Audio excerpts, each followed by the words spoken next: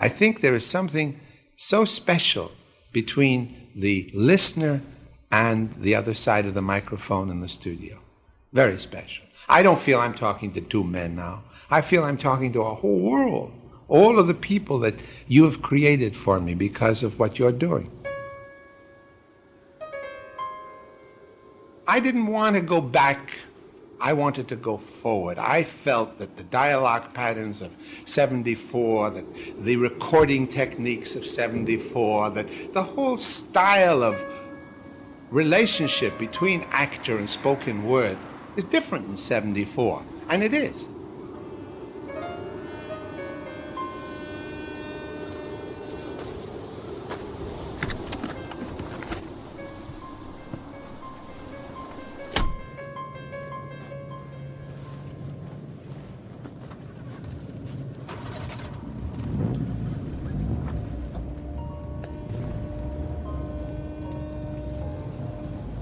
Tuesday, January 8th, 1974. It's a cold night in Brooklyn, New York. There's snow in the forecast. We're driving north on Shore Road towards the Belt Parkway in a 1973 Ford Maverick. Thanks to the oil crisis, smaller cars like the Maverick are becoming increasingly popular. On January 2nd, President Nixon signed a law lowering the maximum speed limit on U.S. highways to 55 miles per hour. It conserved gasoline during the embargo. Highway fatalities dropped 23% over the next year. The limit remained in effect for 13 years. Unfortunately for Nixon, the Watergate scandal wouldn't go away. Citing executive privilege, on January 4th, Nixon refused to surrender over 500 subpoenaed tapes to the Watergate Committee. On this night, Tuesday, January 8th, John Chancellor signed on with news and updates from NBC. Time, weather,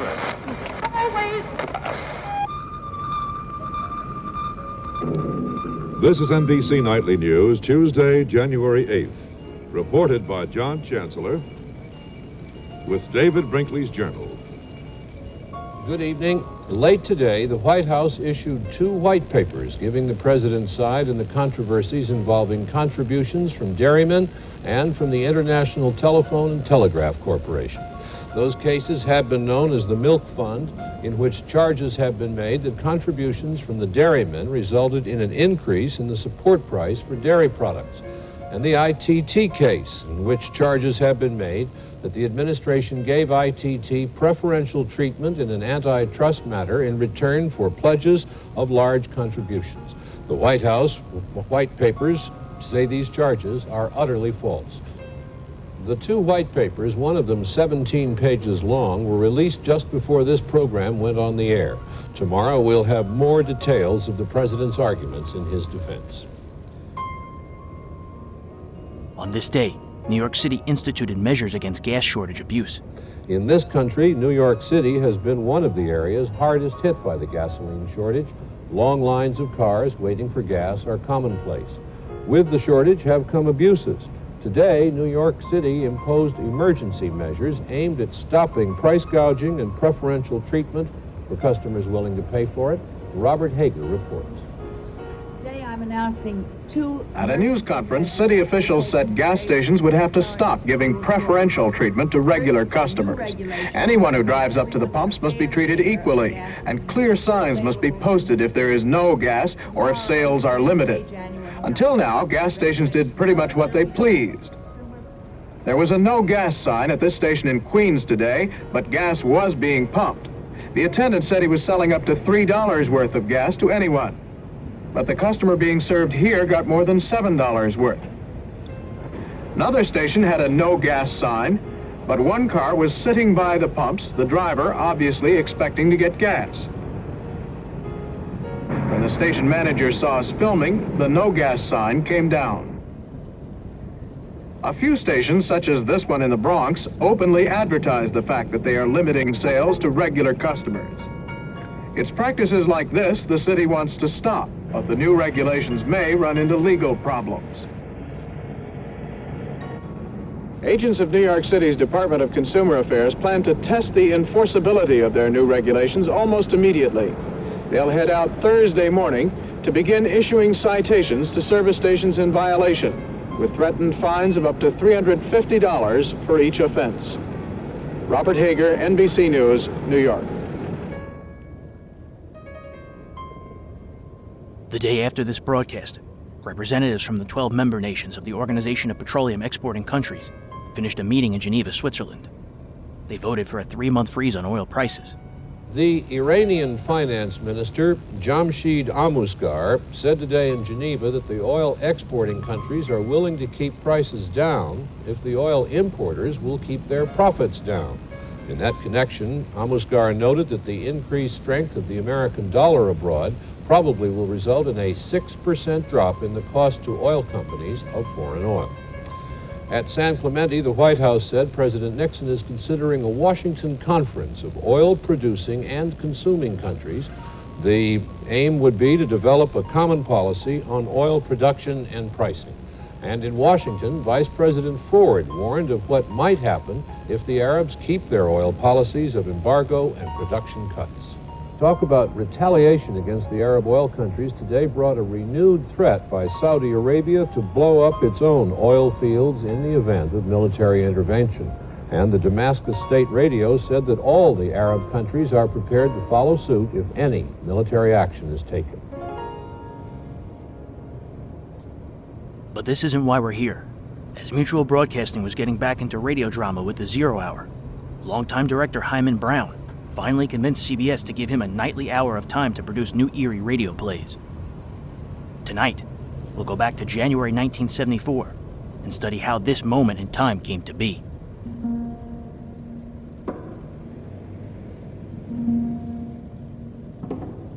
And now for the golden age of radio, Dick Bertel. Good evening. Our program is coming to you from New York tonight. We're in the offices of one of the biggest producers of radio of the past and soon to be radio of the future. Ed Corcoran, our guest, is a giant in our industry. Yes, Dick, one of the most innovative producers of all time, and he gave us such shows as Inner Sanctum Mysteries, Grand Central Station, A Thin Man, Nero Wolfe, and you could go on the rest of the half hour just giving you all these shows, Dick. But here he is. Dick, shake hands with Hyman Brown. Hyman Brown, it's a pleasure to meet you and to welcome you to the golden age of radio. I'm happy to be a part of it and enjoy meeting both of you and talking about the most wonderful time of my life, the years I spent producing, creating, and directing radio drama. You know, I think perhaps this can be the most exciting interview we've conducted on the program because it's going to enable us to look ahead for the first time. We've been on the air for over 3 years, and we've had to talk about the 30s and the 40s and the early 50s when radio disappeared from the scene. But now, radio, thanks to you and CBS, is coming back. And it's coming back in such form, with such virility, with such excitement, that I myself am almost overwhelmed by what it portends for the future.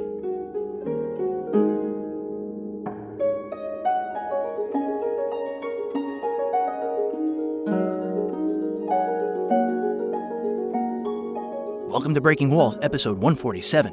My name is James Scully.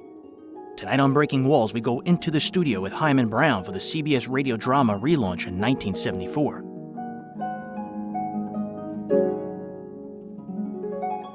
If this is your first time listening to Breaking Walls, welcome to the show. You can find this series on every podcasting platform and at thewallbreakers.com. Tonight's opening song is harpist Elizabeth Haynon's beautiful rendition of Amid Flowers, Beside the River, Under a Spring Moon. It's a perfect dreamlike composition for tonight's trip back in time. You can hear this song on her album, Home, Works for Solo Harp.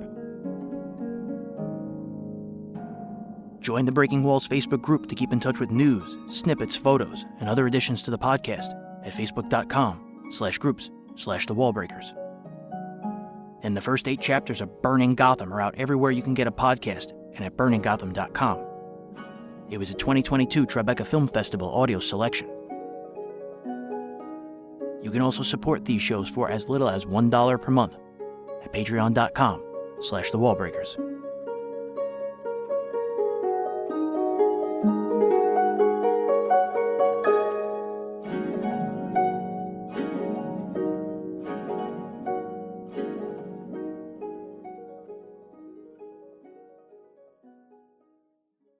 The idea was one of many that I had in my heart and in my gut for the last 5, 6, 8 years, and I've been trying with networks and with agencies to make them realize that radio drama is one of the most unique forms of entertainment in the world of theater, in the world of communication. And they somehow didn't respond to me.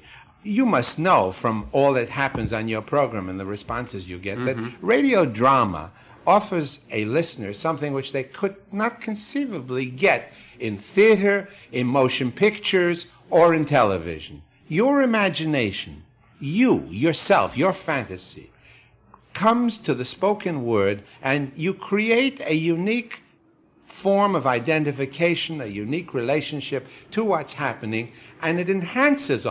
I call it color radio. You can do anything you want with your imagination once I lead you to the point of exercising that imagination. That was the voice of famed New York-based director Hyman Brown. In January 1974, he was 63 years old, having been on the air since the age of 18. It all began much before 1933, because in 1929, I was on the air Saturday mornings as part of a kind of almost high school, college stunt so that I could write something for the school paper. I was doing Jewish dialect things on NBC in the morning. I'd been on 2 weeks when I got a phone call from up in the Bronx, and a woman on the phone says, "My name is Gertrude Berg, and I got a series called The Rise of Molly Goldberg. Could you come and meet with me?" She said, "I like the way you do Jewish dialect. I've got a story about a Jewish woman. You could be the salesman and play the part of Jake, maybe, the old man." I was all of some teenage. At any rate, she would be Molly and write the scripts. And sure enough, I sold it in 1929 to NBC, to Phillips Carlin. Brown is noted for having created Bulldog Drummond, Grand Central Station, Dick Tracy, and Inner Sanctum Mysteries.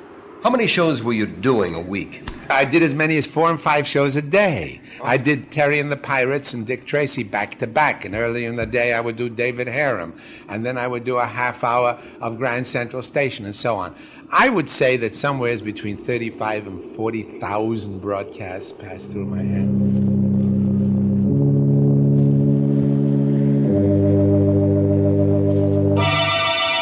Lipton Tea and Lipton Soup present Inner Sanctum Mysteries.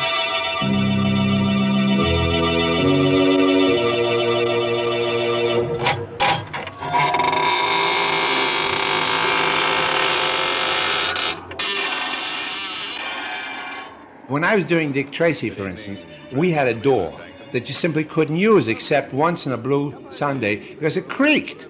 The door was just a bad door, we considered it. It creaked, and whenever we found it in the control room or in the studio, I'd hit the ceiling. And then suddenly it dawned on me, maybe there's some very, very good things about something that's very, very bad. And that creak impressed itself on me, and I said, would you believe it, fellas? That creak's going to be the star of the show. And that's how the creaking door happened. And when I sold it to Carter's Little Liver Pills, I had been doing Grand Central Station. That was for Lambert Pharmaceutical. And the man who owned Carter's was very close to the Lambert Pharmaceutical people because they were both drug houses. And he called me one morning and he said, I play golf with whoever runs and owns Listerine. I would like a show like that. What have you got? So I came down with the creaking door, and I came down with Bulldog Drummond, and I came down with, I figured the first night of works, I would do dress rehearsal. Because after all, we'd be there the night before the show opened. So he listened to all 3 shows, and he said, I like that mystery series, but I don't like the title, The Creaking Door. I said, what's wrong with The Creaking Door? I don't know. He said, did you have any other titles? Well, with a kind of tongue-in-cheek, I had no other title at that moment. They were down on Park Row, way, way downtown, and I'd gone down on the subway that morning. And in back of the New Yorker magazine, there was always a 1-column ad for a group of detective stories published by Simon & Schuster called Inner Sanctum Detective Stories. So I said, how about Inner Sanctum? He said, that might be better. I didn't know what the relationship. Then I first had to go to Simon & Schuster and make some kind of an arrangement with them to use the 2 or 3 words that belonged to them. But the creak was mine. I had created that. That's how The Creaking Door happened. Brown was itching for the chance to create new dramatic radio. The need to bring back radio drama was in me. Radio had become music and news and a service rather than an entertainment. Fortunately, Sam Diggs, who is the president of CBS Radio, and we were old friends, and we would kick this around at lunch once or twice every 6 or 8 months. And then about a year or a year and a half ago, when I came to him with this idea of 7 nights a week to create a habit once again, so that the station that carries the drama can truly say, we're the drama station. Stations, as you know today, radio stations, are programs. A station plays a particular kind of thing. It's either all news or all rock. Here we are, back with something where the station can say, we are the drama station. You got to give them a reason for this. CBS executive Sam Diggs was 57 and close friends with Brown. But the CBS network board could perhaps have been a harder sell for a program that was to air every night of the week. I was invited to come down to Saramar Beach to address the CBS affiliate board. Now, this is a group of 15 station owners, managers, who represent the 260 network stations. They make the decisions, they try to think for the others, and usually they set the pattern. I came in, they didn't expect me, and I spoke to these 15 hard, tough, cynical men who have to make $1 and have to run a station that's number one in their market. And every single one of them, for the first time in the history of the affiliate board, said, we'll carry it. Well, with that as a stimulus, we then decided we would go out and try it on other people. We went to KMOX, we went to WCCO, and New York City, CBS is all news. We went to WOR. Everybody said, we'll carry this. We then went to the advertising people and tried to make them understand that there is an audience out there. The numbers don't show it. And they responded. The name of the show is the CBS Radio Mystery Theater.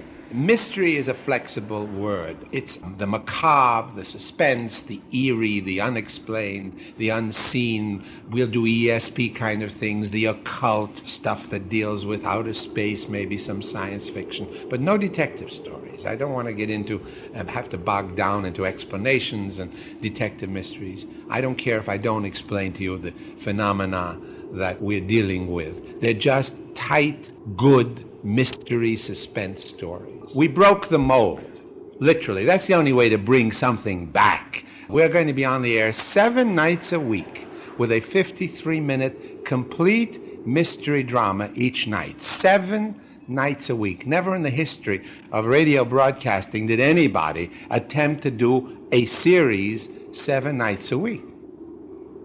CBS hadn't produced any dramatic shows since September of 1962. Over the 11 years since, numerous technological advancements had been made. Well, first off, the whole production technique has changed. I'll be recording on equipment that didn't exist 20 years ago. I have a 16-channel console. I'll only use 1 or 2 channels, but I have 16 channels. The whole world of sound has changed. We can now put sound into cartridges. You don't have to spot a record. The cartridge hits the sound right on the button, the gunshot. We can make continuous loops now of street noises, of crowds, of backgrounds of all kinds, so that sound is better. All my music will be on cartridges. So I have no needle scratches. I have no surface noises to contend with. And then, of course, the whole world of tape recording changes. My actor, if he flubs a line, we stop, go back 4 speeches, and I edit it out afterwards. I don't like the quality of the, let's say, the railroad background. I add some more sounds to it when I re-record afterward. Even acting styles, the intensity of acting, the relationship of my actors one to the other, and the relationship of them to me as a director, that's changed in the last 20 years. The relationships of people in general has changed. Basically, we remain the same. I Love You is still as potent as it was 10,000 years ago. In order to produce a show that was to air every night of the week, a dedicated studio would be developed. They used Studio G on the 6th floor of the old CBS Radio Annex on East 52nd Street in New York. We're taking one of the large studios that is on 52nd Street that used to be part of the CBS radio setup. We're changing it around, putting in these sound effect consoles and cartridge machines that I've spoken of. The whole setup will be for me for 1974. Nobody else will use the studio. How could they? I've got to be in there to make 7 shows a week. How about the writers? Are you going to go back to the old stable, or are you going to develop new writers for this concept? Hi. 2 things are going to happen. I definitely want to develop new writers. It's very, very important and very necessary. Right from your area, the O'Neill Workshop, George White, who is the president of the O'Neill Workshop, has been in to see me. We've spoken. He has some 400 or 500 people there. I hope to set up a seminar on radio writing when they hold the workshop next May. He has given me a list of people who might be interested, and we will try to work with them. To get off the ground, I have, fortunately, been able to fall back on a group of wonderful, wonderful writers who are trained and experienced and have all been doing television and novels and movies and everything under the sun and theater, but are so happy for the opportunity to come back to radio writing. I have George Lothar, I have Henry Slazar, I have Sam Dan, Sidney Sloan, who for years wrote The Shadow, Murray Burnett, who for years did True Detective, and Marlene Dietrich. These are some of the people whom I've been able to revive, in a sense, with very little effort, to come back and write. The writers would be paid $350 per script. That's a little more than $2,000 today. As Hyman Brown mentioned, in New York City, CBS aired news, so Mutual Broadcasting's flagship WOR picked up the series just 1 month after Mutual began airing the 0 Hour. Acting talent would work for SAG-AFTRA scale. Actor E.G. Marshall was tabbed to be the host. In 1973, Marshall was known for his prominent role in the 1957 film 12 Angry Men, and on TV's The Defenders. As a host, he harkened back to the golden age of radio, when characters such as the Man in Black, the Whistler, the Mysterious Traveler, and Raymond hosted macabre programs. High Brown has always had the idea. High Brown was always sorry to see television take over. When was the proper time for it? Now, the proper time is now because it's being done, so I am happy that it is being done now. I don't know what situation exists today for it that did not exist 5 years ago. I don't know, maybe sociologists can figure those things out when they're making the study of ethnographic populations and so forth. But I don't think the storytelling thing has ever left us. Every time you take your child to bed or you go someplace, someone will say, read us a story, read us a story. The CBS Radio Mystery Theater would debut on Sunday, January 6, 1974, with Agnes Moorehead, starring in The Old Ones Are Hard to Kill. 218 stations carried the series, including 21, which were not CBS affiliates.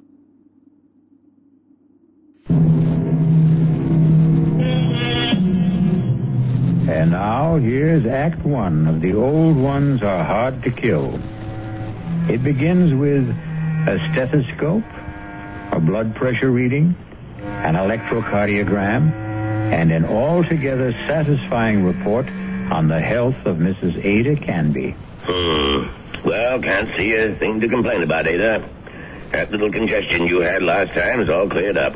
All in all, I'd say you're doing fine. For a woman my age, you mean? The older the chicken, the tougher it is to kill. That's what my grandmother used to tell me, and she lived to be 98.